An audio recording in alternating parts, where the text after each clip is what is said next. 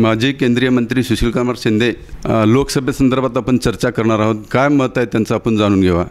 शहर आणि ग्रामीण भागात आपण प्रचार केलात, काय मतदारांच्या भावना आहेत त्या ठिकाणी? मला वाटतं की मला जे आता दिसलेलं आहे या ठिकाणी की ग्रामीण भागामध्ये मोठ्या प्रमाणामध्ये शेतकरी नाराज आहे, युवक नाराज आहे. शहरामध्ये थोडीफार असं चर्चा होते की मोदींनी जे आश्वासन दिलेलं आहे ते आश्वासन पूर्ण केलेलं नाही आहे. आणि बाकी मला वाटतं सर्वधर्म समभावाच्या लोकांना निवडून दिलं पाहिजे ही भावना आहे. गल्लीपासून दिल्लीपर्यंत सत्ताधाऱ्यांचं राजकारण कशा पद्धतीनं चालू आहे?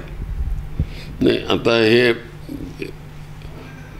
महानगरपालिकेपासून ते दिल्लीपर्यंत भारतीय जनता पार्टीचंच राज्य आहे. इथं ना सोलापुरात पाणी मिळतं वेळेवर, ना रस्ते ठीक आहेत, ना आणखी काय जे आम्ही कामं जी केलेली आहेत ती कामंसुद्धा यांना तोंडापुढे घास आणून दिलेलं आहे ते सुद्धा या लोकांना करता आलं नाही. त्याचं एक मोठं उदाहरण म्हणजे एअरपोर्ट, सोलापूरचं इंटरनॅशनल एअरपोर्ट. त्याचं सगळा प्लॅन वगैरे मी सगळं करून दिलं आहे. एअरपोर्ट अथॉरिटी ऑफ इंडिया याच्याबरोबर ॲग्रीमेंट करून दिलेलं आहे महाराष्ट्र गव्हर्नमेंटचं. ते पण यांना करता आलं नाही 5 वर्षामध्ये. पंढरपूर मंगळवेढा विजापूर ही गाडी सँक्शन केलेली आहे, तीही पुढे यांना नेता आली नाही.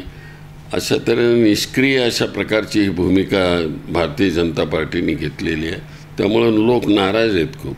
लष्करांच्या जेवणासाठी कापड व्यवसाय इथून सुरू करू असं मोदींनी सांगितलं होतं, त्याबद्दल काही झालं नाही. त्याबद्दल मी तर नेहमीच बोलतो सगळ्या ह्याच्यात की मोदींनी एवढ्या जोरात घोषणा केल्या त्यावेळेस सुशीलकुमार शिंदे जी नहीं करते हैं तो हम करेंगे म्हणून म्हटलेलं होतं. तो कहाँ ले लिया? 1 मीटर भी कपड़ा नहीं ले लिया इन्होंने. तो ये इस तरह की गप मारते हैं तो कुछ नहीं होगा. नोटाबंदीचा काय परिणाम होईल? GST आणि नोटाबंदीचा तर फार मोठा इथं परिणाम झालेला आहे. एकतर यांनी सांगितलेलं होतं की नोटाबंदीमुळे दहशतवाद नष्ट होईल, काळा पैसा बाहेर काढू म्हणून. दोन्ही गोष्टी झाल्या नाहीत. उलट पुलवामासारखी इन्सिडन्स होतो आणि 40 लाख आपले जवान मरतात. काय हे सरकार आहे? पूर्वीचं राजकारण आणि आत्ताचं राजकारण, सूटबुद्धीचं राजकारण, काय वाटतं याबद्दल पूर्वी आणि आता? पूर्वी म्हणजे निदान काही टीका टिप्पणी केली तर सगळं त्याची योग्य तऱ्हेनं दखल घ्यायची. आत्ताच्या टीकेला काही महत्त्वच राहिलेलं नाही की हे लोक वाटेल तसं बोलतात आणि त्यामुळं कुणी कॉग्निझन्सही घेत नाही त्याचा. सोबर राजकारण आता निघून गेलेलं आहे.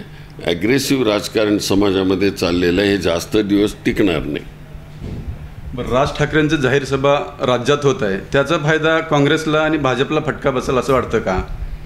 नाही, मला आता राज ठाकरे स्वतःचं मत मांडतायत आणि ते चांगलं मत मांडतायत.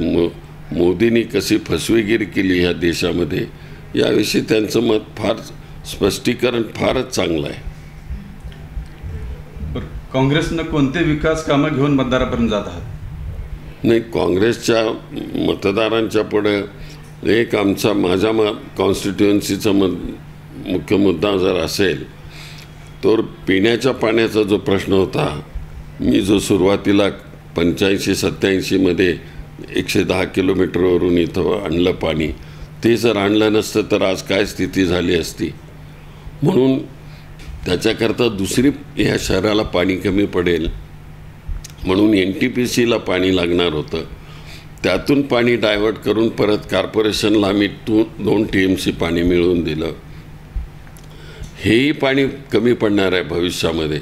म्हणून आपल्याला आणखी वेगळा सोर्स बघावा लागणार आहे आणि त्याच्याकरता म्हणून पाण्याचा शोध घ्यावा लागणार आहे. हे मुख्य विजन आहे इथला. मग एअरपोर्ट आहे. एअरपोर्टच्या बाबतीमध्ये हे एअरपोर्ट लवकरात लवकर इथं शिफ्ट केलं पाहिजे आणि ह्या एअरपोर्टची जागा IT पार्कसाठी घेतली पाहिजे की जेणेकरून तरुणांना नोकऱ्या मिळतील. बरं, अनेक विकास कामं झाली असताना देखील विरोधक सातत्याने टीका करतात. त्यांचा तो धर्मच आहे टीका करणं. त्याने कितीही सांगितलं एवढं पाणी आणलं तरी ते टीका करत होते. आता काय सांगावं या लोकांना NTPCचा एवढा प्रोजेक्ट 12,000 करोडचा प्रोजेक्ट आणला, तो टाकाऊ प्रोजेक्ट म्हणतात. मला काय करावं, मला आश्चर्य वाटतं. अरे हा टाकाऊ प्रोजेक्ट आहे, तर आज तुम्हाला 5 वर्ष झालं सत्तेवर आहे, तुम्ही एखादा तरी टिकाऊ प्रोजेक्ट आणला का इथं रे बाबा? म्हणजे नुसतीच टीका करायची. मी आत्ता एअरपोर्टचं जे उदाहरण दिलं ना, यांच्या तोंडात घालून ठेवलेलं हे सुद्धा त्यांना करता येत नाही. नुसती टीका, बडेजावीपणा. सर, ही निवडणूक प्रमुख आपल्या कुठल्या पक्षाची लढत होणार? वंचित बहुजन आघाडी की भाजप? नाही, ह्या निवडणुकीमध्ये एखादा पक्ष असं विचारत घेत नाही मी. जे निवडणुकीमध्ये आहेत ते सगळे पक्ष मी त्याचा विचार करतो. शत्रू हे शत्रूचाच. बरं, मतदारांना आपण काय आवाहन करणार? मतदार काँग्रेसलाच का मतदान करावं? काँग्रेसला मी आत्तापर्यंत ज्या तऱ्हेनं सोलापूरमध्ये काम केलेलं आहे, हा सगळा मतदारसंघ माझा सर्वधर्म समभावाचा मतदार, सेक्युलरिझम जगलेला हा मतदार. मला 4दा ह्या मतदारसंघामध्ये निवडून दिलेला आहे जनरल सीटवर, 2दा पार्लमेंटला आणि 2दा असेंब्लीला साऊथ सोलापूरमधून. ही 2 उदाहरणं एवढी मोठी आहेत की एखाद्या दलिताला 4 वेळेस निवडून देणं हे काही शक्य नाही. आणि म्हणून ह्या आमच्या मतदारसंघामध्ये सेक्युलरिझमशिवाय दुसऱ्या पक्षाला कुठल्याही प्रकारचा थारा राहणार नाही. एकच म्हणजे ॲक्सिडेंट झाला होता, तो म्हणजे 2014 साली, तो दुसऱ्या पक्षाला गेलेला. शिंदेसाहेब प्रचारात व्यस्त असताना देखील आपल्याला वेळ दिला त्याबद्दल धन्यवाद.